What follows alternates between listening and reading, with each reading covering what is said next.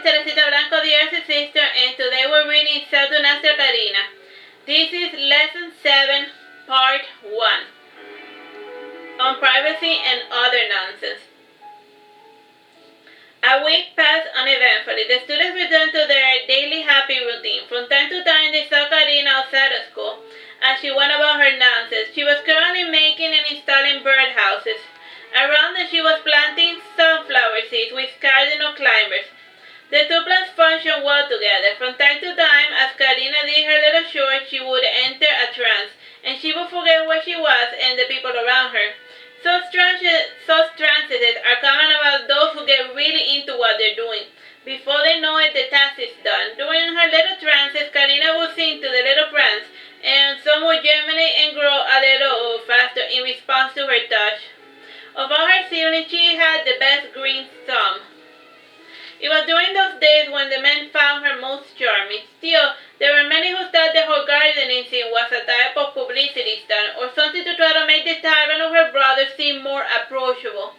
And then there were the others who worried that the king was a little too soft, and that they were appearing weak in the eyes of their imaginary enemies. Truth be told, with Marduke, Veragerung was as safe as he could ever be from both inside and outside problems.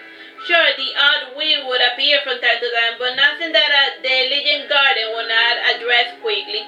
It was during one of those days when Letordos came to Karina and he asked, "Do you need some help planting your flowers?" "Not really, but if you want to amuse yourself, that is fine. I can easily do this all day. If it wasn't for the little creatures, I would forget to return home," said Karina. Letordos rearranged his advertisement sign, and he kneeled down on the floor to help. On that day, they were planting baby breasts, forget-me-nots, lobelias, and thyme.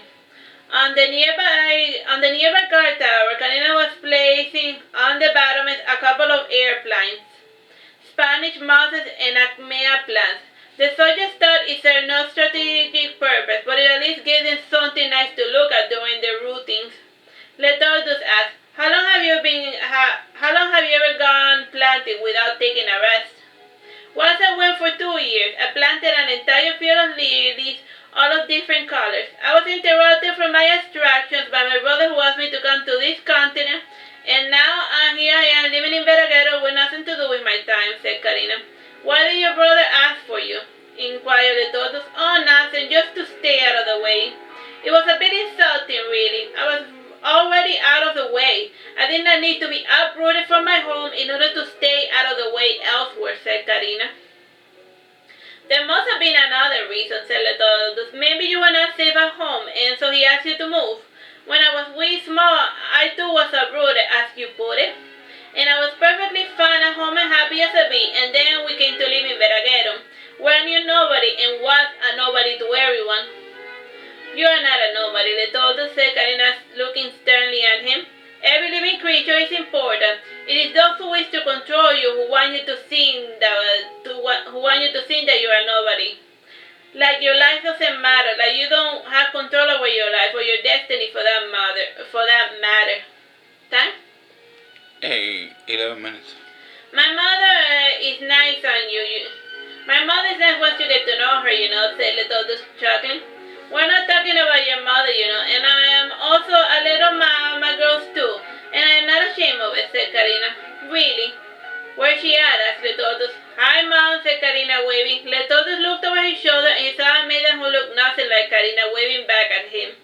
She had short red hair, green eyes, and freckles over her nose. Letordos chuckling said, "Sheesh, you weren't kidding.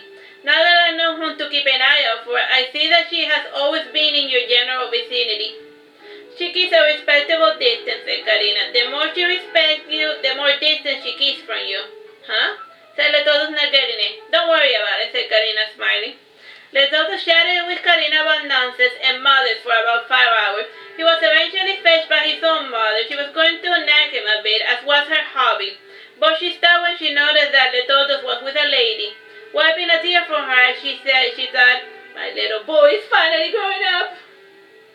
Letordos was not without experience. He was even married once, but it ended in divorce, which was unusual at the time.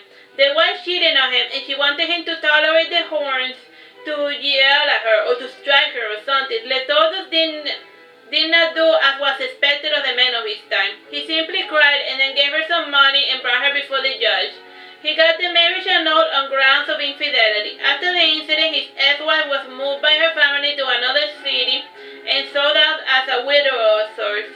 Her new husband was a drunkard and a wife-beater, and she loves him more for it because she finally found what she considered a real man. From time to time, Letodus would think about his old wife while gardening with Karina, and his brow would furrow. His only consolation was the knowledge that Karina was not like other women because she came from another world. And from that thought, the train of his mind wandered to other worlds, and if the people were the same as in his home world. The hours on the day rolled slowly by, and Letodus kept checking the clock from time to time while back at home. He wanted to see Karina again, this time in a public venue. There was going to be a night a dragon fight exhibition in the arena of the Castle Bersame. This day it was the only spot being extensively used. Time? 8 minutes. The main halls had been locked away by a powerful magic, so no outsiders could enter and loot the palace. When the castle had been taken, a lot of the architecture got damaged and many of the items stolen. All who participated in those robberies were long dead. It was believed that the ghost of Bersame was angry at the disrespect of being shown to his personal possessions. Like a pharaoh from yonder times, Marduke had buried what remained of Bersame in the Libra Tower, with his larger-than-life armor serving as a marker. It was while digging up his grave that Marduke found the lovely Agrafena. She was found in the hole that Marduke had dug up to bury Bersame's urn. During her day, there was something like a coliseum, and due to her insistence, Marduke decided to put it on Veragerung's very first dragon show. The show had been secretly choreographed for weeks by the participants. In this respect, it was much more like pro wrestling, but with dragons. Close to dusk, Letodus started his libations in preparation for his date. Dating was usually done among newlyweds and men with their pretty courtesans. Most people did not go out with their future spouses-to-be. This only applied to the civilian population. Those in the army tended to have a more relaxed approach to the whole dating scene, seeing as though many promises were made during the heat of battle. Those that tended to survive long enough stayed together. The first thing Letodus did was take a bath. He had already bathed, but he figured that he should do it again since he had worked in the soil. He had read from his friends that maidens like stinky men, just out of the field or out of the lances. Karina had once sent Barbicel home for smelling like a swine. Letodus figured that he should at least smell like roses. When he concluded his second bath, he went to his father's room while wrapped in a towel. His father was always away on business with his uncle and cousins, and since Letodus was not considered particularly smart, he was always tasked with manning the shop when everyone was away. With his mother. Time? 6 minutes. Letodus, after opening a couple of drawers, said, "Mom, did you move the mask?" "Third drawer on the right," said Letodus' mother. Her name was Rita of Dokai. She was one of the adopted children of the grave. She met her husband when he was visiting, and they eventually married and moved to Veragerung. Letodus applied the mask, which was made from the musk deer, cabbage roses, amber, and coconut water. With the perfume applied, he gave himself a shave. There was not a speck of his hair on his fellow, but he decided to shave anyway, just to be safe. So, he doesn't have any facial hair, but he's just shaving. When this task was done, he polished a couple of his best shoes. When he concluded this, he felt that he was dirty again, so he showered once again. Amrita, shaking her head sadly, said, "Son, you need to relax. You already impressed that weird teacher of yours. From now on, all you have to do is be yourself. You are trying too hard." "Mom, what do you think she sees in me?" asked Letodus. "She could have any fellow, and yet she chose me. From what I overheard, it is only a date. It is not as if she is accepting a wedding ring. Still, you have gotten farther than any of the other little Jews that was around her. Whatever you did, just keep doing it, and everything will work out," said Amrita, patting her son on the head. She left the bathroom and she returned with a towel and some clothing. Letodus had forgotten both, and he was getting the entire bathroom floor wet. Amrita did not mind trying it, but she worried that her son might slip and fall. After getting dressed, Letodus was not too certain about the attire. He thought it looked too frilly, and it did not have any orbs. Karina liked round things. Time, bro? 4 minutes, 30 seconds. To remedy this, Letodus added a round pin to his black cape. Black was considered to be a sign of wealth, and so his entire attire followed in suit. So that he was just completely dressed in black. Because to show that money! Because black means money in the world of Saturnastra with like black outfits. Because it's like the most expensive dye. Like clothing color. As he made his way towards the door, he looked at other hats being sold in the shop. He picked one with 2 extravagant ostrich feathers held in place by a round black obsidian surrounded by white pearls. With this final change, the dodo finally left his home to see Karina. So yeah, he put a peacock feather.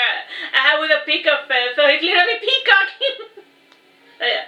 As for Karina, the first thing she did as soon as she returned home was water her little sapling. A storm had come earlier that day, so she went to check up on her sunflowers. There were 2 particularly tall fellows. There was the mama sunflower and one with had seeds, and the other was starting to bloom. The other with seeds had been lightly drooping, so Karina had to tie a stick to it. The other without a stick was being supported by the other sunflower. The tallest one had been in the most danger as a result of the sudden thunderstorm. It was a good thing that his sibling had held it in place. This scene made Karina smile, and so she proceeded to untie the big fellow of the sunflower. With this task done, she proceeded to perform her libation. Normally this would have taken her a little bit longer, since she tended to nap. Instead, she hurried it up a bit. With her shower done, she opened one of her junk drawers to look for her brush. Inside, she found Nalini's little vicus napping. She closed the drawer ever so softly without making a sound, like it's like a little fairy sleeping in there, like a little something. When it was closed, Vilka came closer to see what was the matter. Without opening her mouth, Karina said to Vilka using telepathy, "The little quiet guy is sleeping." Vilka in response to this said rather loudly, "Oh, that guy, he's a jerk. Wake up, wake up, wake up." He then proceeded to rattle the table and to turn portions of her body into cymbals and other loud instruments. You know, like they made me turn into like, thing. Time, bro? 2 minutes, 30 seconds. Much to his dismay, the creature that was Vicus did not awake. That drawer specifically was gyroscopically stable, and when closed, it did not budge an inch. Vicus was a creature of silence, and when he was about, everything had to obey. Pooh, pooh, pooh. What do you have against such a fellow? Asked Karina. Vilka said nothing. In response, he turned into a very soundproof-looking Iron Maiden with spikes. He then started the waiting game. Karina, instead of getting dressed to go out, she lay down in the bed thinking. Vilka asked, "You're not going?" "I don't know. I'm suddenly wondering if it is going to be worth the effort," said Karina.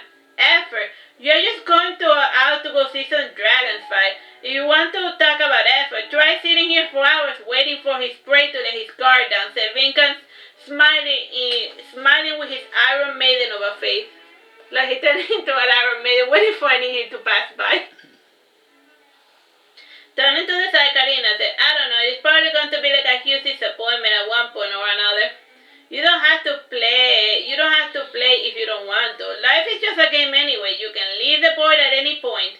It is not as if you have anything to lose by going. You are strong and you can read minds. There is absolutely no risk on your part, so go and play it by ear," said Vincan. Karina got up languidly for her bed. She put it on the first thing that fell out of her inventory. It was one of her many approved pre-made dresses. She looked at herself over the top. Frowning, she changed once again. This time she put it on one she used to wear back in her home world. It was not approved because of the materials. After making some substitutions here and there, the Aria Master gradually approved her attire.